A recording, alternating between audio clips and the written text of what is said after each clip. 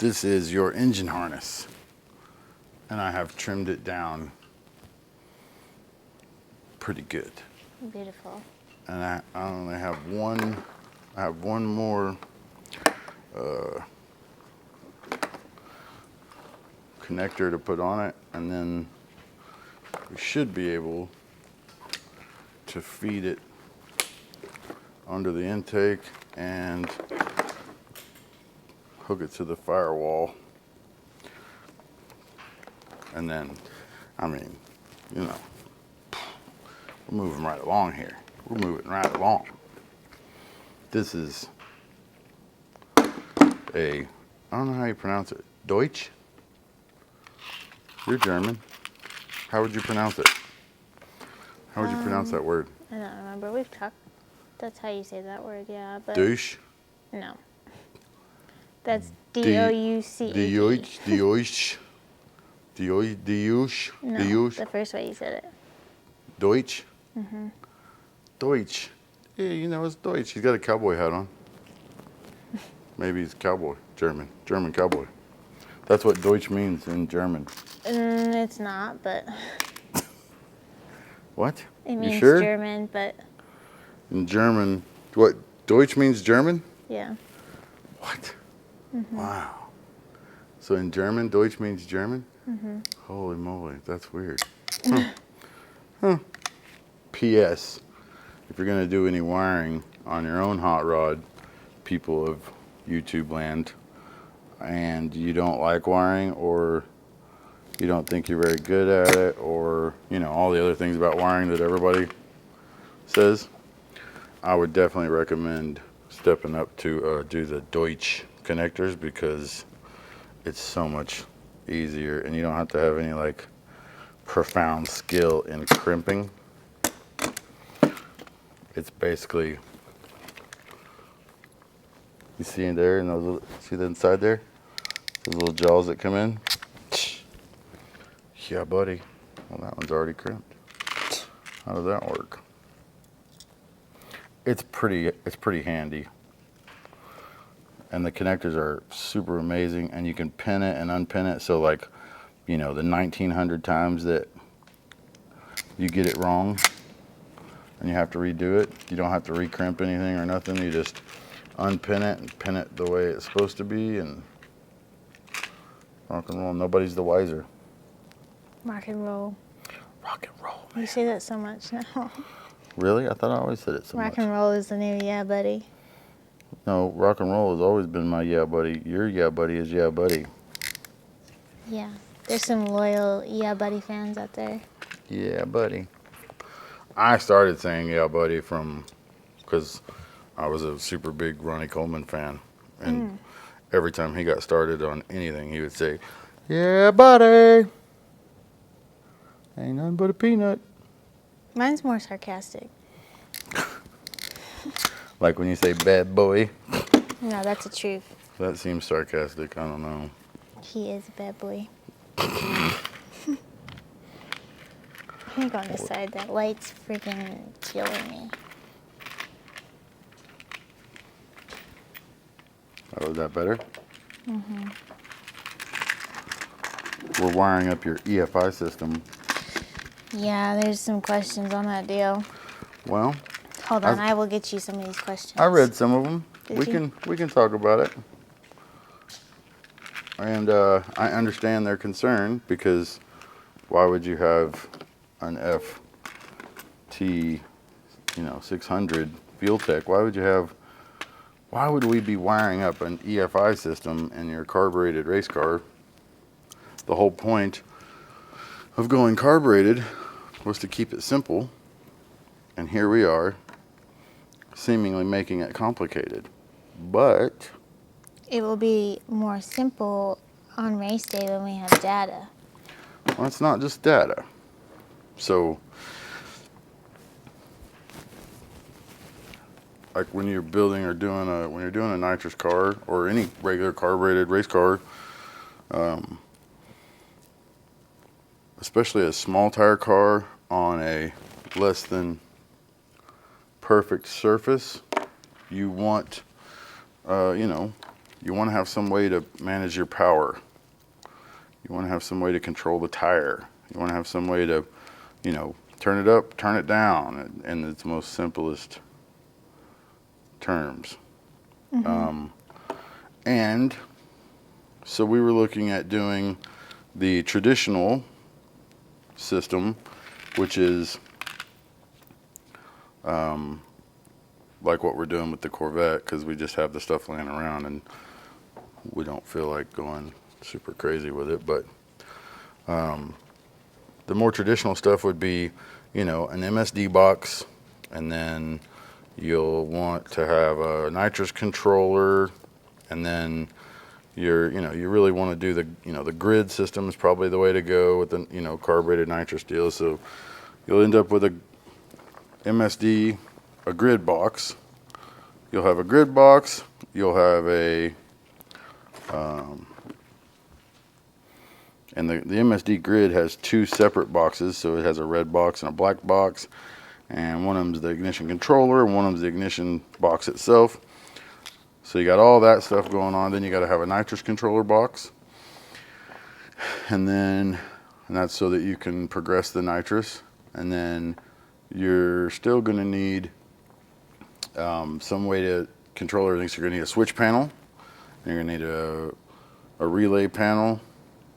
And then, even though you have your grid box, your red box, your black box, your nitrous controller, even though you're starting to collect all those things, now you have a relay panel and you have a switch panel and all this, and you got to wire all that stuff up. Well, now you still don't have, you have a way to control the tire, but you don't know where to control it.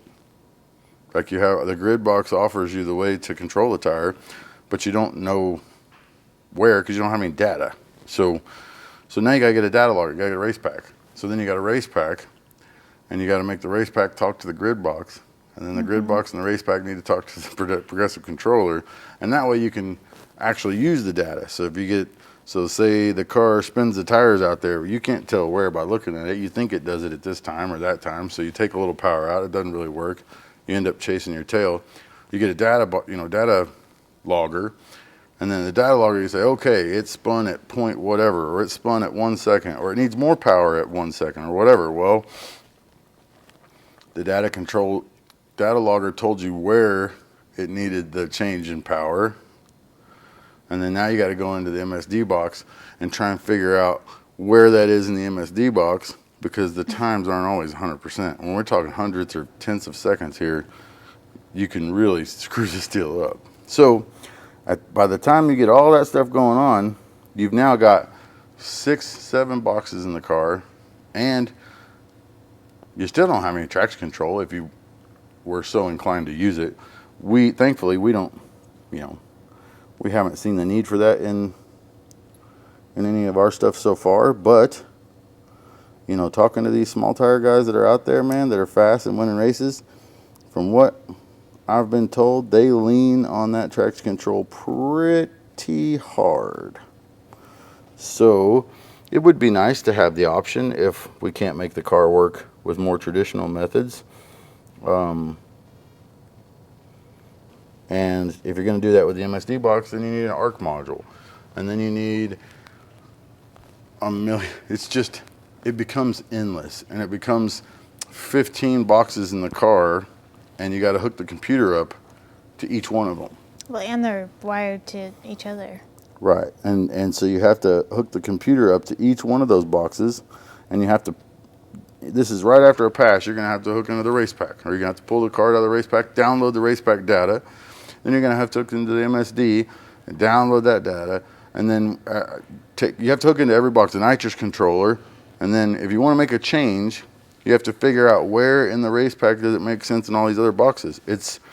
Now, unless you want to spend a bunch of money and you get an integrated box that talks to all, so it makes your race pack and your MSD, and that's the way my car was a long time ago. I had the SmartWire deal with all the crazy cool extra stuff, and so everything talked to each other. But you still had 15 boxes, and you still had to look at 10 of them on the computer. It's a whole lot of laptoping that I really don't care for anymore.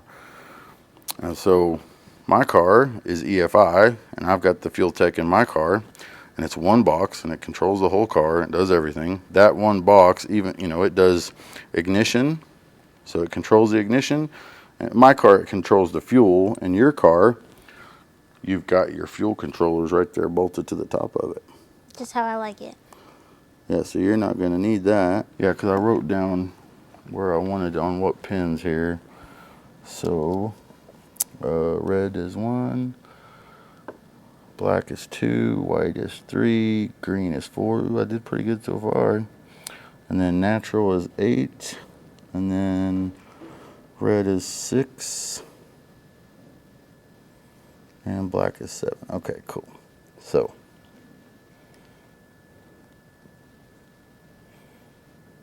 there we go. So what I'm doing here is I'm taking her harness, and it was a lot because it's an EFI harness. It had a whole lot of stuff on it that this car isn't really going to use. It does make it nice when you're wiring up a car to get a predetermined harness. I've never used one before. This would be the first time I've ever used one. And so far, I will say that it's probably saved us a little time. It's also, for somebody who's, you know, I've always made my own or had someone help me make my own harness from scratch. For somebody who's done that, this is kind of a pain in the butt because you don't get to decide where everything goes really. It kind of goes where the wires reach to, and you're kind of stuck with that. So, but man, it has saved us a lot of time and aggravation on wiring everything up one wire at a time. Because as you can see from these harnesses here, there's a lot of wires. If you do it the traditional way and you use all those boxes and you make them all talk to each other and you do all that, you spend quite a bit of money and time using all those boxes and connecting all those boxes. And you got to download the data out of the box, and then you got to upload the data out of the box, or upload the changes.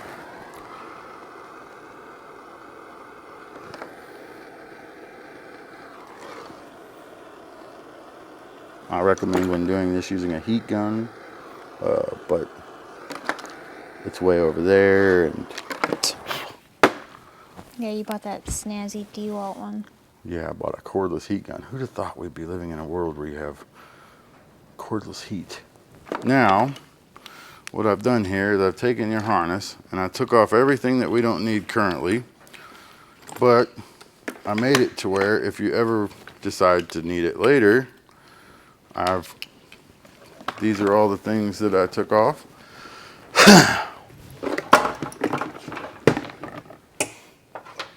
As you can see.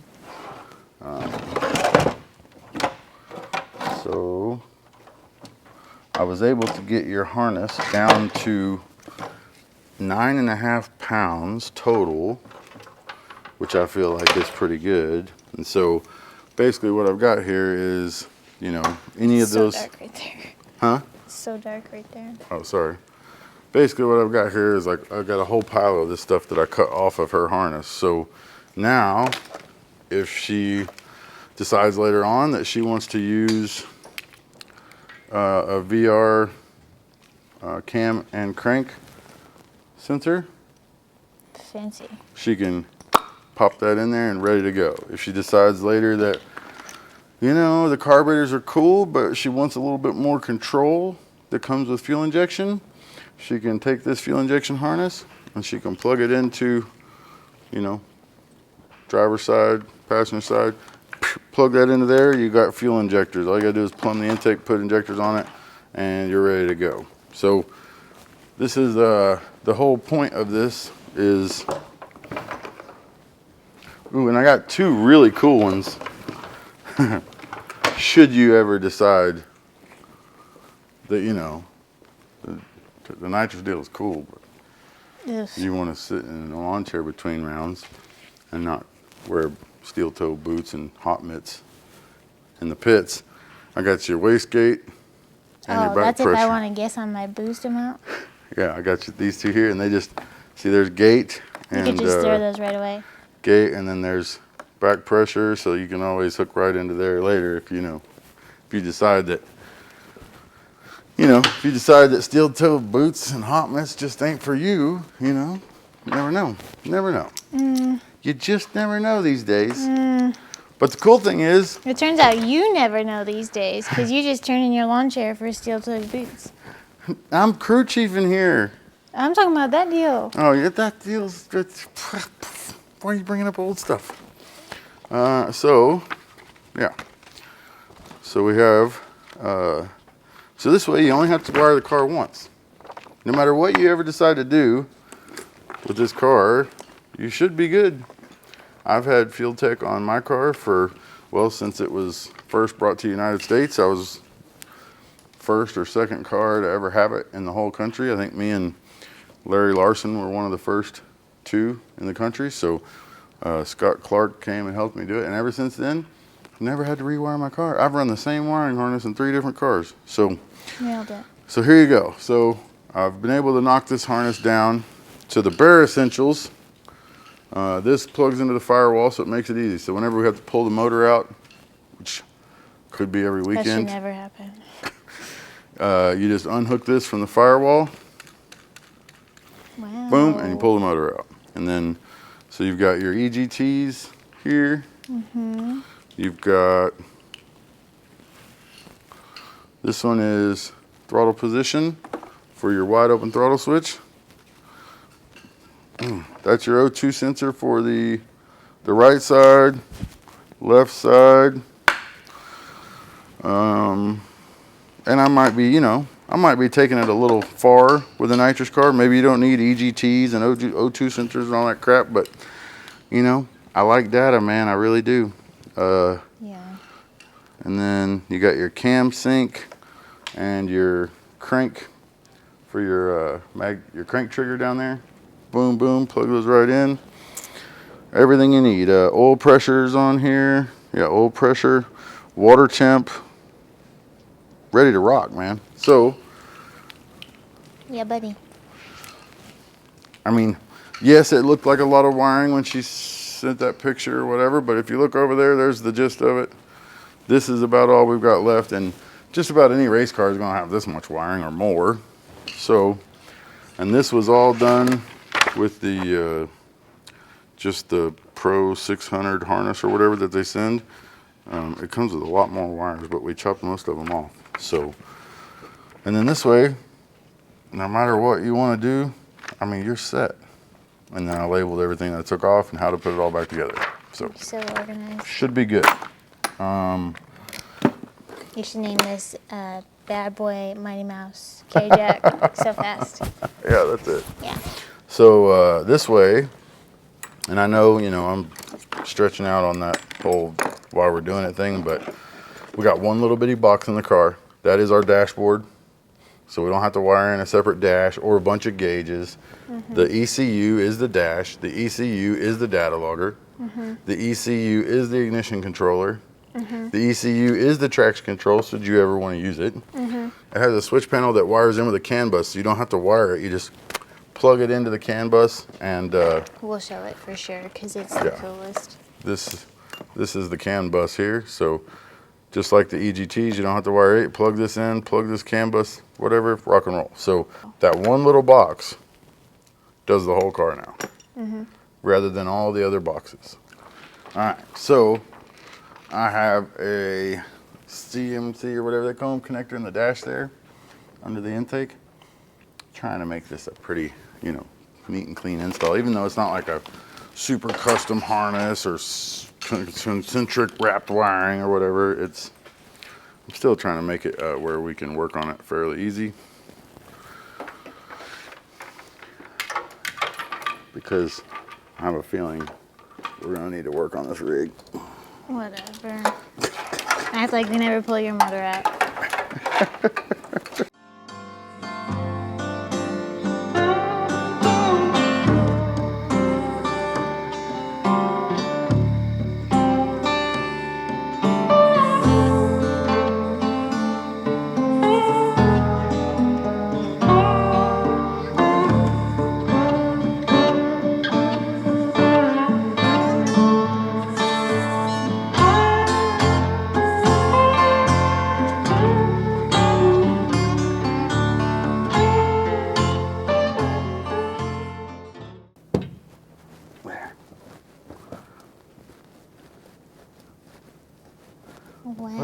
fancy that is.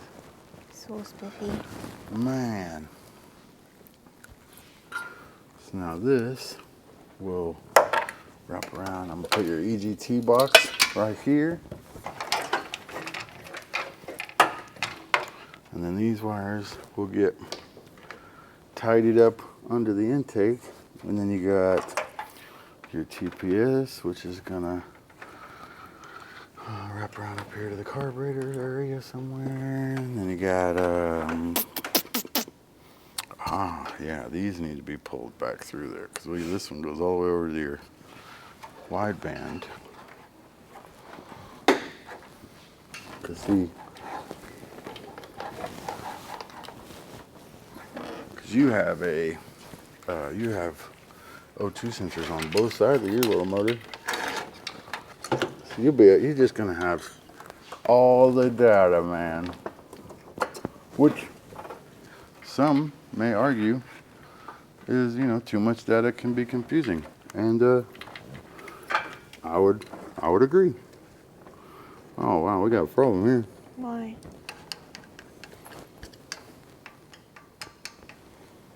That doesn't match up. Cowboy. Oh, these are just for mock-up. Here's yours over here. Over yonder here. Here we go. See? You got these bad boys. And I'm betting they match up. Yeah, much better. Nice. Cool. Man, I'll be honest with you.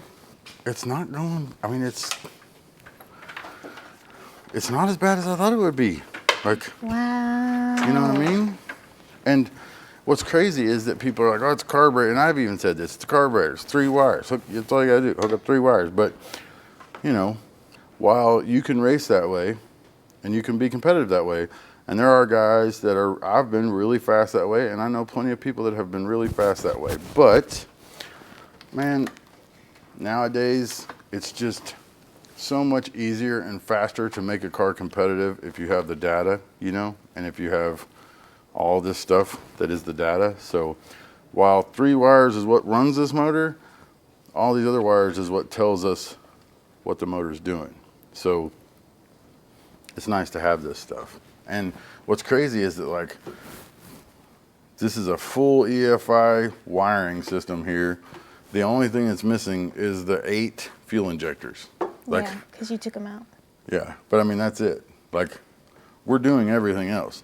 You would be able to, if you put 8 fuel injectors in this manifold, you would be able to be fuel injected, literally by plugging something in. Well, and that's what we had talked about when we talked about buying the Fueltech was if we do go that route one day, it will suck to have spent the money on wiring the car and then having to do it again. Well, especially if we did all of the, all those boxes and data logger, race pack and all that stuff. Because dude, you can very easily spend 15 grand on a V300 with all the options and a smart wire and everything else. It's not you could spend 15 grand and still not even have everything. You know what I mean? It's that expensive. And I will agree, there's nothing that can compete with a race pack as far as the hardware and the data logger capabilities go. But I've been using the Fueltech for everything in my car since I had the Chrome Mod, and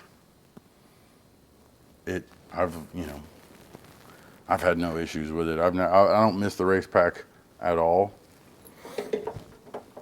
So I just and if you think about it, you came up here yesterday and changed the harness, but that's it, it's not like this is the day 10 of wiring, Just so y'all know, we were supposed to start filming this video yesterday, and it was going to be literally us taking everything out of the boxes, kind of, because we hadn't even started. But I wanted to get ahead and go through everything, make sure we had everything, blah, blah, blah. And I was like, well, give me a day. So I worked on it last night, and then tonight we're at this spot already. So yeah, we're not 10 days into this project or something. It's been fast. A lot faster than even we thought. As of right now, we're talking about tidying up this harness, plugging into the oil pressure sensor, the water temp sensor, plugging into the fuel pressure sensor, stuff like that, and then cam and crank, like we're talking about doing that and tightening up some wires, and then your complete, what I call EFI, but in your case, the dash, the data logger, the ignition controller, traction control, nitrous, anything, nitrous controller, all that stuff is all going to be completely wired up. Well, like, I think people too don't realize no that problem. Fueltech now has a nitrous controller in it. It doesn't just have a nitrous controller. It has like the best one, they say. It has an extremely good nitrous controller. Yeah, people don't even realize that. It is on par with anything that's out there, you know what I mean? There are nitrous controllers out there. They all work really good. I've used Max 4, Max 5. I've used the AMS. I've used I've used just about everything that's out there, and they're all really, really good systems. What I like about what we're doing is we only have one nitrous system here. On a 28-inch tire with a small block, we're going to have a big enough jet in there that controlling that, so the way you control nitrous is you pulse width, pulse width modulation. You pulse the power going to the solenoid. So instead of having 100% power to the solenoid, you can't give it 30% power. Like you can't send 30% of 12 volts to it. You can't send 30%. Like it doesn't work that way. But what you can do is you can send 100% power 30% of the time. Mm-hmm. So you chop it, so you stop it so that it doesn't see 100%. So that's how you do a nitrous controller. You pulse these solenoids open and close. Well, if you put a 50 jet or a 48 jet or 42 jet, whatever, in that fogger system, even if you pulse it at say 50% or 30%, it's still flowing enough nitrous at 30% with those big solenoids to knock the tire smooth off of this deal. So, and I'm way behind. I haven't done nitrous or small tire nitrous stuff since the El Camino days. So I'm way behind on this. But back then, one of the most effective ways that I found to do it was me and Flip ran it bank to bank. So we ran a fogger system split down the middle. So we wired this nitrous and fuel solenoid, wherever it is. Mm-hmm. Nitrous, fuel, right there? Yeah, mm-hmm. Nitrous and fuel. We wired those as one kit, and we wired these two as one kit. Then you have 30% of one half of the motor and 30% of the second half of the motor. So and I know it seems like it'd be hard on the motor to put nitrous in one half of the motor and not the other half of the motor, but trust me, I've done it. We did it for a long time with multiple cars, and we never saw anything that told us that it was bad for the motor. So, you think it'd be happening so fast that it wouldn't be bad, I mean, my biggest issue when we were doing it back then was I always thought that it was going to load the crank harder on one side or something, you know what I mean? I was like, man, it's one side of the motor is making so much more power than the other, but people have found long before I ever found it that's not really true. I mean, I know guys who run world record motors and naturally aspirated stuff that have literally ran 2 cylinders on a motor at stock bore and every other cylinder at 120 or 200 over. I know guys that have run longer rods in one cylinder. Trust me, if you can get away with it, people have done it. So there are some guys who, in a naturally aspirated class, where they would pump one side of the motor, or even in nitrous classes where you had a cubic inch limit. They say, oh, you can only be 500 cubic inches. Well, they built the chassis and the headers to where you could only get to one spark plug on each side of the motor. And so when they came over to pump it, they would stick it in that spark plug hole, and you crank the motor over, and their little pump thing would say it's 400 inches or 500 inches or 600 inches, whatever the limit is. But in reality, that's the only hole that'll pump that, and every other one will pump, 680 inches or 650 inches, whatever you got. So I've known guys that have done plenty of crazy stuff, and we've run the bank-to-bank stuff a lot on plenty of different stuff. We never had any issue with it. So that's the way we're going to do this one, and it gives you so much more control, because say you have, and you can put a really big jet in one kit. So, we can put a 50 jet in this fogger, which is good for almost 3,000 pounds per hour of nitrous, I would imagine, or maybe even a little more. And we can run that 50 jet, and instead of having 3 smaller kits like most people do, they got a 18 jet in one kit, a 22 jet in another kit, 36 in a third kit or whatever.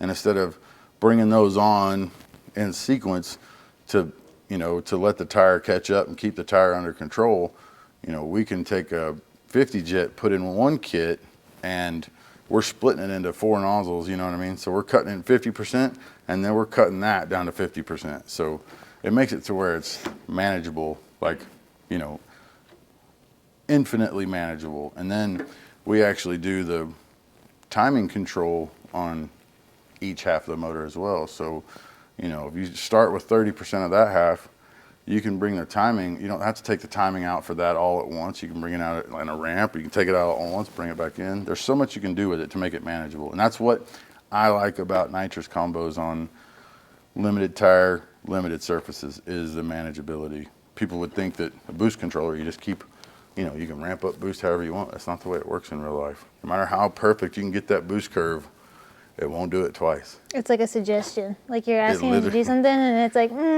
It is. There are ways you can make it nicer and easier, and there's certain mechanical things you can do with the headers and the motor and wastegates and all that stuff to make it easier to repeat, but still yet it's not quite the same. But I have heard that the new electronic wastegates, you know, may kind of give us some help with that, but I don't want to have to learn all that shit and deal with all that shit when I'm trying to deal with a 28-inch tire and a stock suspension 3,000 pound car or whatever. I'm good with where we're at. So you can launch on motor. That's something that I've never been able to do with my car. You know, I can never turn it down to nothing. It's always something. So with this deal, you can launch on motor, and then you can take power out of the motor. So you can launch on less than motor. You can launch on half the motor. And then, you know, and what's even cooler about it is you can launch at any RPM you want with it. But yeah, if you think about it, you could foot brake it and not have to go, like, you can foot brake yours, but not most turbo cars can foot brake, but then also... But I can't foot brake it at low RPM. Yeah. With a turbo car, they gotta have air. And even if you foot brake it, you're still gonna have boost. You gotta have boost, or I promise you, if you don't have boost on the starting line, you will have boost right here, and it's all gonna come on at once. You're best to leave on boost, and then it comes in smooth rather than starting here and catching up, because it's got to get to this point. It's not, at that point in the run, it's going to have to get to this point. So if you start from here, it goes straight up, and then you can't control it. So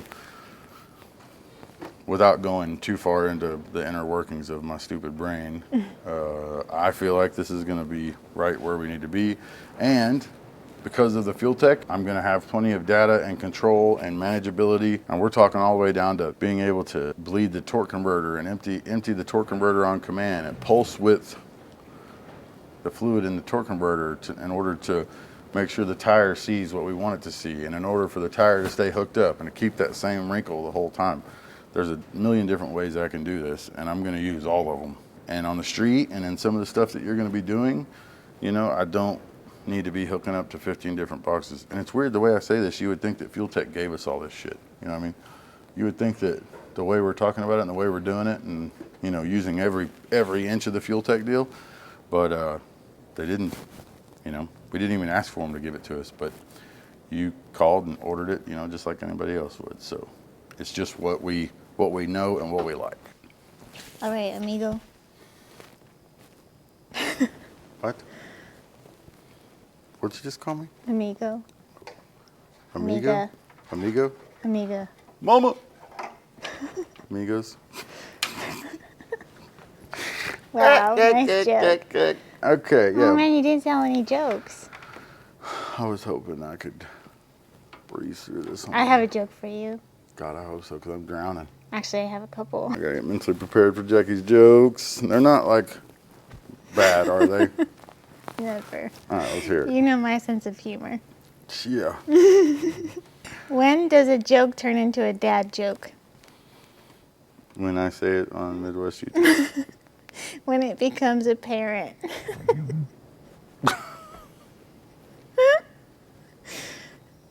I'm gonna try not It to was laugh. so funny. Okay, I have another one. Okay, I'm gonna try not to laugh. What happened when a frog's car dies? A frog's car? Mm-hmm. What? He needs to jump, and if that doesn't work, he has to get it towed. All right, what else you got? This one should really get you. Oh man, I can only imagine. What do you call a cow with a twitch?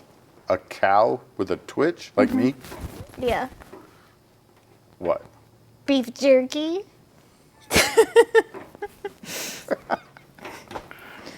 Why didn't you give me these so I could say them? Because I found them. Okay. That's all it. That's it? That's all you're doing? Well, I mean, 3. Huh? 3? There's 3 of them. That's enough for You you? just didn't enjoy the first 2. I don't know. The toad one was pretty good. You can't see up close. Does that mean you're nearsighted or farsighted? This isn't a joke. I just really want to know. Nearsighted is if you can only see up close. And farsighted is if you can only see far away.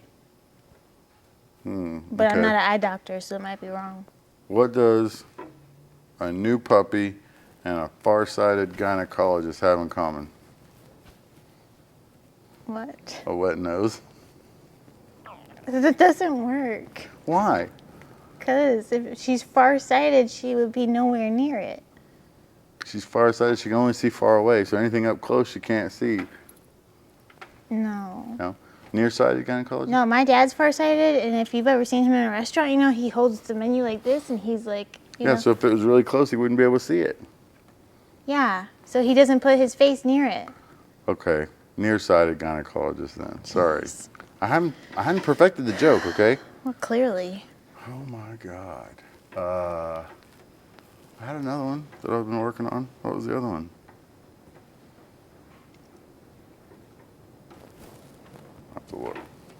I work on these through the week and then I'll practice them on the dogs. For Cam. Oh, here you go.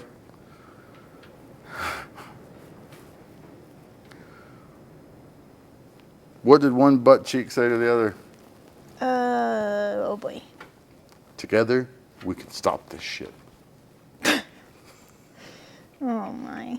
No, no good. Not really. And when I wrote it down, it was nearsighted, by the way. So There you go. some Cadillac dealerships have 2 levels. Fancy. How do they get from one floor to the other? I don't know. They take the escalator.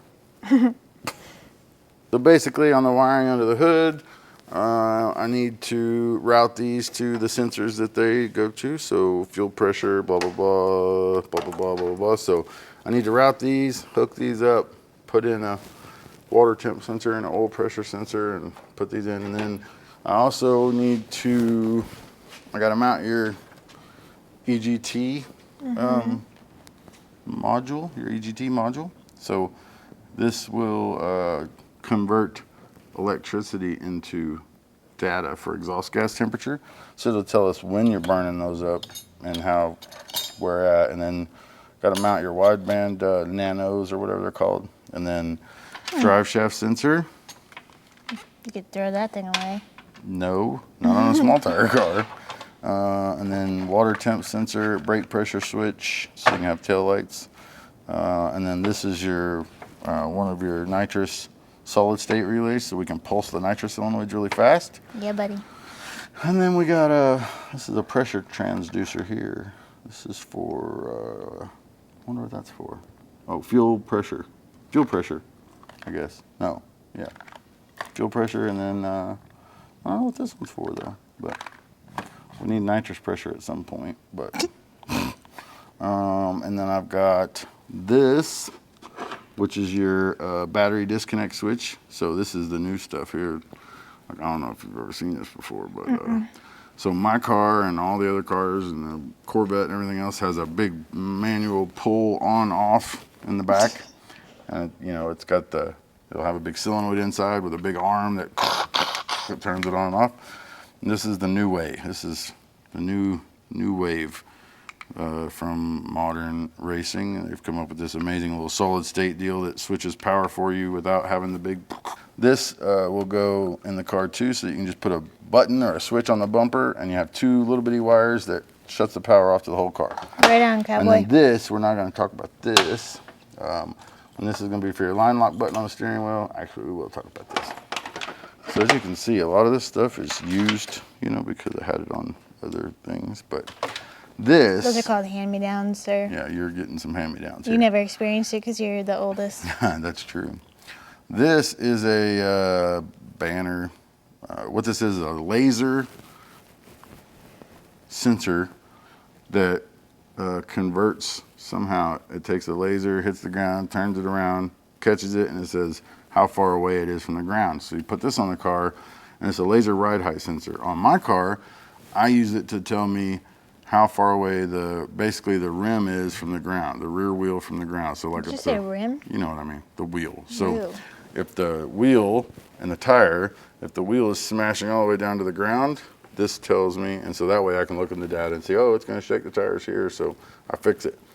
But on your car, we can put this, since you don't have those things out back that we have. Sissy sticks? Sissy sticks, crutches, you know.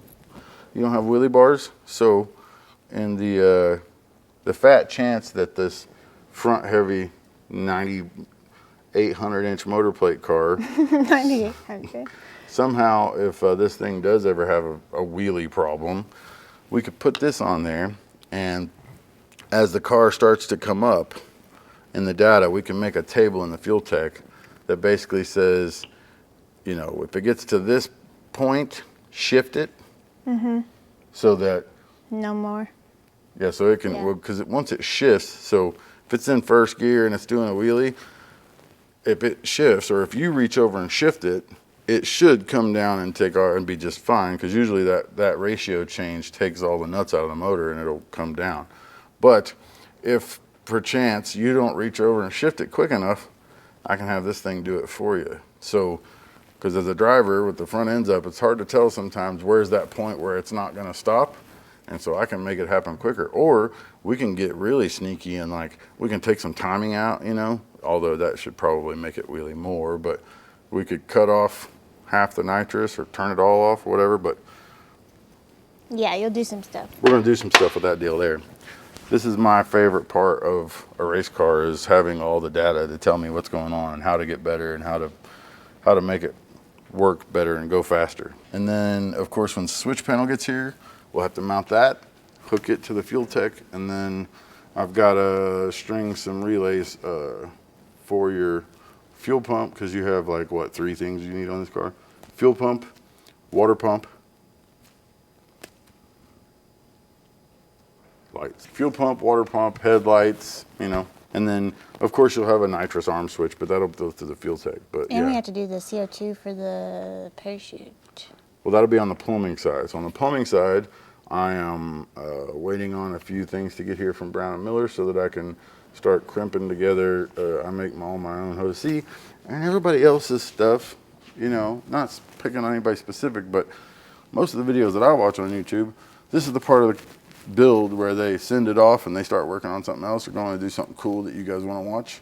And they send it out to get wired, or they send it out to get plumbed, and then, you know, but unfortunately, or built, or they'll build the whole thing. But unfortunately, I am too stupid to do that. You know, we're looking at this like we saved all this money by not running buying all those 15 boxes and MSD boxes. So we saved that money. And, you know, we're trying to save money here and there, and so I'm wiring it and plumbing it myself. And I'm just too picky, you know. Yeah, so, if we would have taken it somewhere, you guaranteed would have changed things when it got back. And yeah, even if they did a really good job, I don't know why I have a problem. But I'm going to make all the hoses and crimp all the stuff here. And I think we can save a bunch of weight doing it that way instead of the, you know, screw together stuff. So we can usually save some weight. On this project, weight is a big deal. So I'm on the wiring and the plumbing.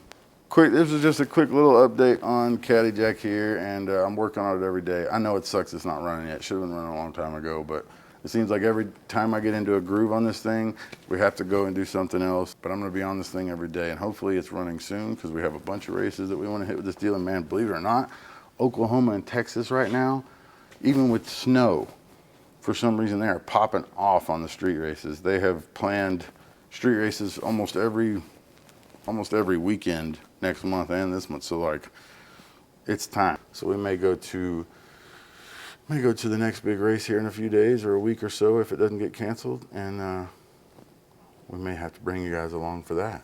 Plus, we want to see the road that these people's racing on. Plus, we want to see how fast these cars are? Yes. So we haven't been to any. We've been racing in a fantasy world for years on the street. So, you know, we need to go out and get our ear in the street, get our faces in the streets, man.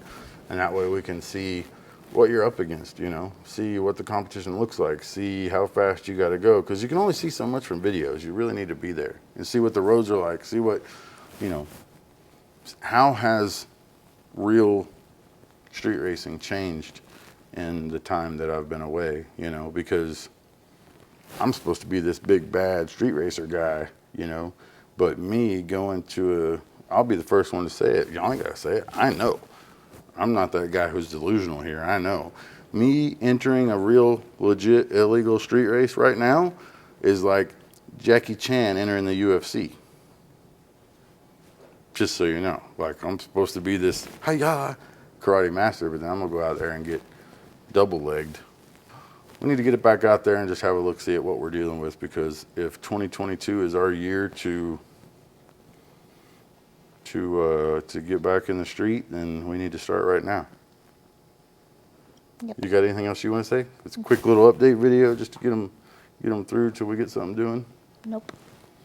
All right. Well, then I think we'll leave them at that. Say bye. Well, bye.